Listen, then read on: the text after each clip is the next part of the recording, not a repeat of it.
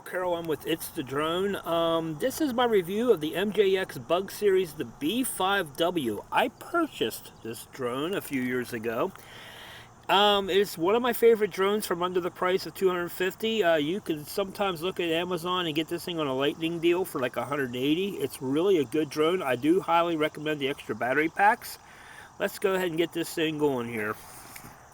So as you can see, it kind of gives you like an introduction of what you need to look at and like what to be aware of. So just common sense in flying. There are basic rules with the FAA, even if, this drone does need to be registered. But some of the rules are line of sight. Don't fly this drone out of your sight. And actually with this drone, you really can't fly it out of sight anyhow because it's going to lose contact. 400 feet up. That's 122 meters. So you can't go any higher than that. Avoidance collisions, stay away from your stadiums and open fields with people in them and blah, blah, blah, blah, blah. Moving on. And if you take a look at this, it shows you all of the little features that the app is going to give you. Just kind of give that a quick look over as I sit here and stare at the beautiful blue skies we've got today here in this town of Wheeling, West Virginia. This is kind of interesting that the... I'm looking at my Jeep. It's supposed to be your Google Maps, but it's not working. Whatever.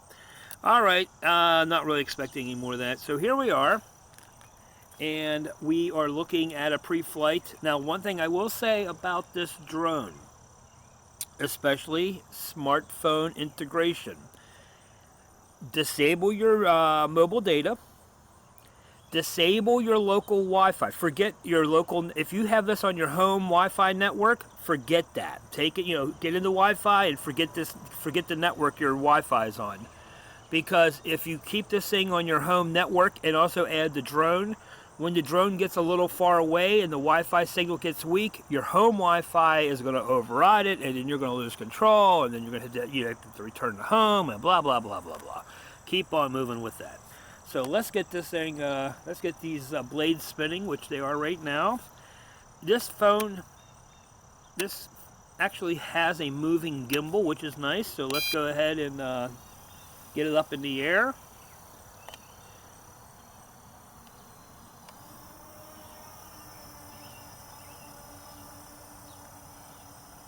I'm going to take it up about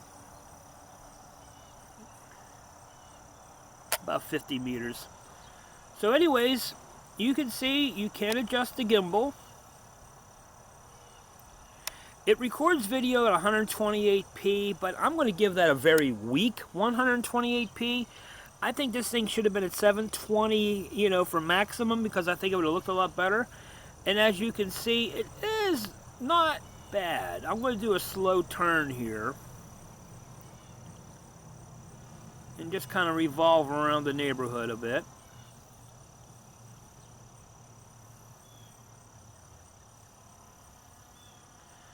Now, I will take it out towards the river, because one thing I am going to tell you about this drone, it is line of sight, meaning if you have a tree obstructing between you, the controller, and the drone, forget it. You're going to lose it. So now I'm moving it out. Yes, there's a lot of geese in my neighborhood. So now I'm taking it out, we're about 100 meters away. And of course you see it's got a little choppy there. So I'm 128 meters away, and she's stabilizing.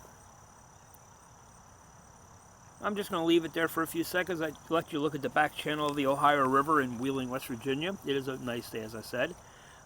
We can aim down directly, so you can actually see. Things I like about this drone. One is, it really is well made for the price. It's not a huge drone by all means. It's not a small drone either. It's larger than the palm of your hand. It's about the size of a Mavic. A little smaller than an Evo, I guess. It's sort of like that type of thing.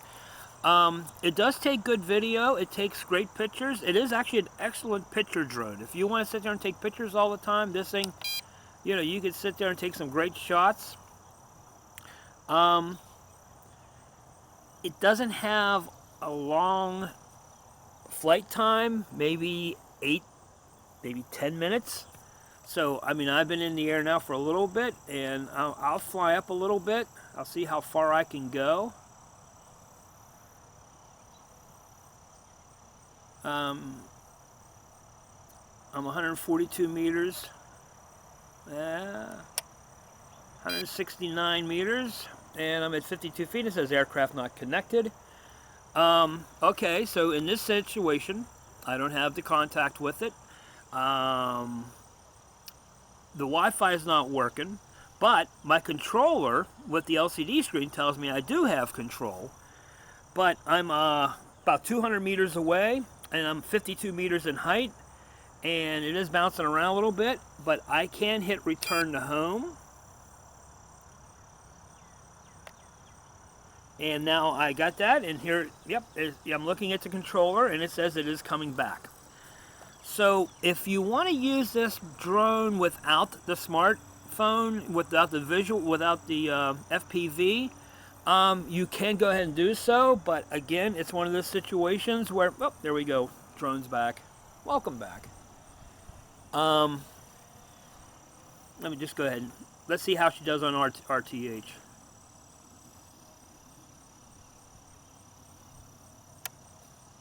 My landing pad is the carport. And she's still sitting still, and yep, she's making her descent. Major things about this drone: always get a good price, get the extra batteries, flight time's not really that long, it does take good pictures, takes good video, the app is really well, they really worked on it. One thing I'll say about the Bugs 5W, it is a sister drone or a relative of the Holystone 700. The Holystone 700 controller will work with this. The Holystone 700 app will work with this. The Ophelia app will work with this drone, and vice versa.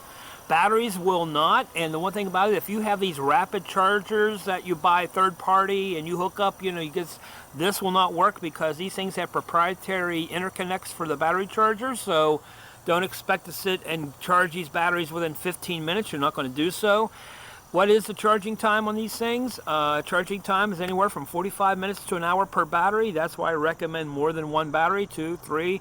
Get a carrying case for it. You can find them online for like 30 bucks. I bought one that's really kind of nice. I'll put a picture of it on here when I put this thing together.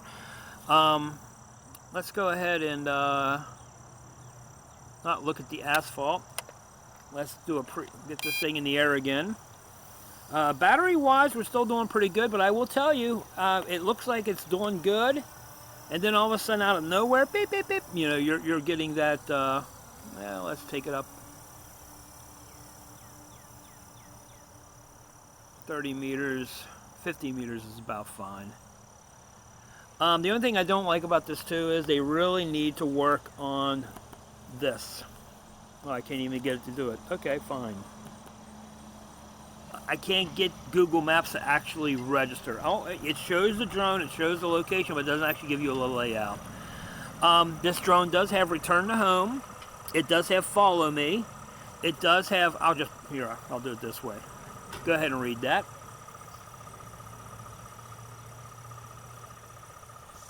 And it also has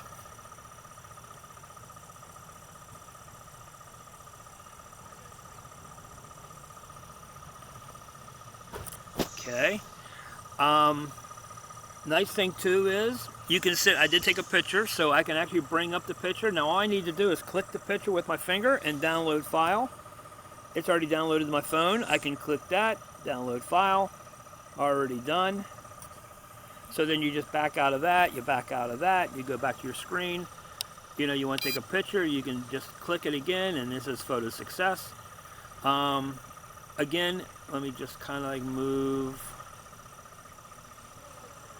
It's not really early in the morning here, but there is the only thing I don't like about this drone is the camera lens isn't exactly set at a 90. You know, it's not really. It could be higher, but I can fly it up a little bit. So here I am going 25, 38, 45. Now see 50, 86, 94. So now I'm 112, that beeping isn't my, that's a truck backing up. So I'm 130 meters away, and now it says I'm not connected again. And what I'll do is I'm in the way of a tree, or what they say in Willy Wonka, scratch that. Let me get into the point where I can, I can actually see the drone from here. So I'm 135 meters away. I am 47 meters up. I have good screen. But see, now I got where I can see line of sight. So I'll turn the drone around. And there is my residence. And there's the truck, actually, that was... and then I'll bring her back. But like I said, I got a tree between me and the controller, or me and the drone. And I had to...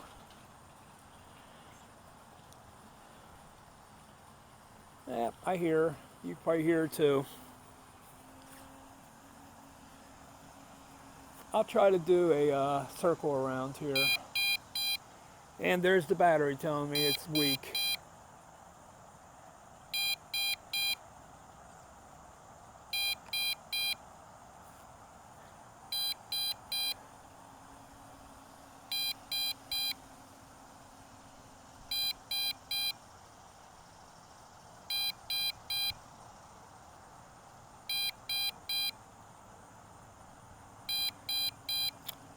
Alright.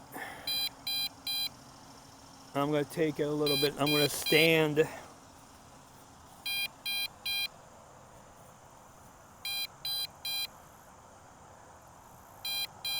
There's a huge tree in my way, so I'm just going to stop here at 105 meters.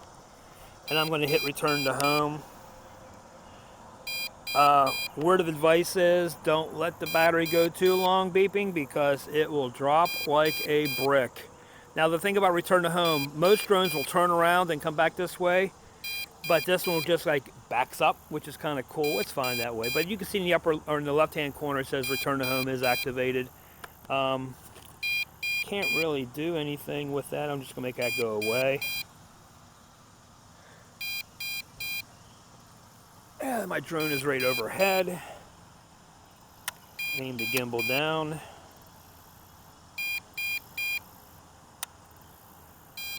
She's really good on return to home. She takes good pictures, good video for the price. It's a really good drone. Registered with the FCC, FCC, there you go, with the FAA. Takes an SD card. It does have easy transfer between the between the drone and the phone using the app. You can detach the SD card, put it into a computer with a micro SD adapter, put it in USB or whatever. It takes about 45 minutes to an hour for the batteries to charge. I've had this drone for 2 years. It's a really sweet drone. As soon as this thing lands, I'm going to go ahead and turn off the controller because there'd be no reason for it to be on. But I will.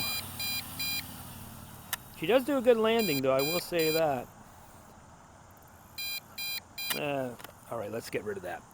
So anyways, now we're just on the controller, but we don't have the controller, but the drone has landed, we're still getting video. Out of the box. Do your normal stuff. Calibrating this drone is not really complex at all. You put your battery in first, you hold the drone, you put your battery in first, turn the drone on. Beep, beep. Turn on your controller. Wait a few seconds, and then you're here going to go beep. When you hear that long beep on the controller, that means that the drone itself is ready to be calibrated. You pick the drone up, and you just give it, turn it right, right hand, just hold it horizontal, and flip it, 360 until all green lights come onto the LED displays on the LED indicators on the propellers. Then, when that does it, face the drone down, and the gimbal, the camera, aim it down towards the ground, and just turn the drone again. Spin it 360 so you're holding it, and then all of a sudden you'll see 2 of the lights will go red and 2 of the lights will go amber. At that point, it's ready, it's calibrated, and it's ready to pick up GPS. Put the drone where it's going to get the maximum amount of GPS signal. Don't leave it on your porch or whatever. Move it out there. That's where you come back to your controller. You connect your smartphone.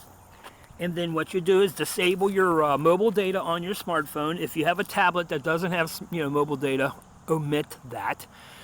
But disable your mobile data, and then disable your, or forget your local home network on your Wi-Fi, then the drone will, your smartphone will see the network for the bugs. It'll say bugs and have a bunch of numbers, but it'll connect and it'll say no internet connection.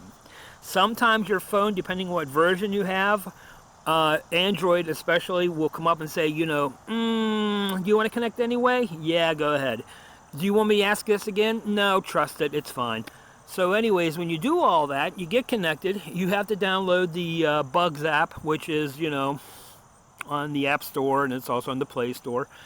Download that. It's updated quite a bit. I mean, they're doing their best. I mean, it's good. I mean, you got to remember the price of this drone. I mean, it's under $250. You can get it for above, you know, $180. You know, I got mine with the 3 battery packs, and, you know, this is still a fun drone to fly. It really, really is. Sometimes it's fun to fly without even using the FPV. Just put it up there and fly it around. You know, you can put it in headless mode, and you can take the GPS off of it so you can do some stunts or whatever you want to do. The more experience you get with it, the better this drone, you know.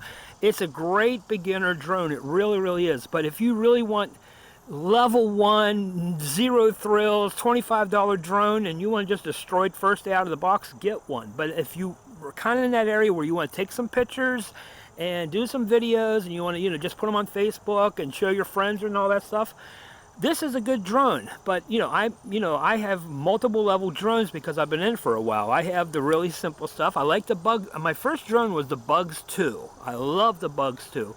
I have the Bugs 2W, which is FPV. Still one of my favorite drones to fly.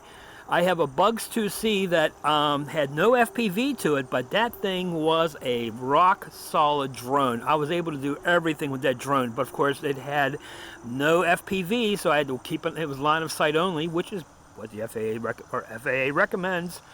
Then I bought the 5W. Then after this, I bought the Holy Stone 100 series. That's a huge drone, high maintenance, battery's okay, video, not as good as this, but it's a good drone. Of course, I got it on a lightning deal, that's why I bought it. Then I moved up to the Holy Stone 700. Nice drone, no gimbal control. You know, it's a static that wherever you aim your camera, that's where it is. They say it's compatible with the GoPro 4. Well, the problem with that is, kids, if you hook up your GoPro 4, it's on 2.4 gig, and you hook up your controller to the drone, it's on 2.4 gig. Yeah, you can do the math. Anyways, I did a video on that too, but, you know, just look around on YouTube, it's around there somewhere. But anyways, I don't do that, you know, but the Holy Stone 700 with a standalone camera is actually pretty good. They've modernized that camera. You can buy a brand new camera for $100. If that's going to be your only drone, I would recommend the modification of the new camera because it has made some changes and they are getting better at it. You can use different type of cameras on the Holy Stone 700 series. It actually has a quite level flight. I'm going to do a video on I'm going to do a review of that drone too today. I just got done charging the battery on it. But again, this Bug series, the 5W, the app is really good, as you can see because you're watching the screen. The 3 battery packs is highly recommended. That's so you can actually get a good couple hours or a good hours worth of fly time. It takes some good pictures. It takes good video. Not great, but it takes good. You can see in the lens here, it actually does. I can bring this open and I can actually do this, and you know, there's one of the pictures. There's one of the other pictures. So I mean, it really does take nice pictures. I mean, that's at my transmitter site. I'm a radio engineer by trade. So I took this up to one of my transmitter sites. I never cleared off the pictures. But it actually does a pretty good job. This thing, you know, if you want to do for this thing, I would highly recommend it. It's okay. I'm not going to yap on it anymore because I think I've said about enough about this drone. Anything in the comments, negative, positive, say it. I can take it. I'm a big man. I can take it. So enjoy your day, folks. If you're considering a drone, look for this thing on a lightning deal. It is a great... I would even say it's a great beginner drone, but it's also a great medium drone. If you don't want to go into I have an Untitled Evo, and you know, you can't even put. It's like having, you know, a $100,000 luxury sports car compared to a, you know, 74, you know, Chevy Nova, which, trust me, I had a 74 Chevy Nova, nice car. But anyways, you get what I'm saying. All right, folks, have a good day. Appreciate it.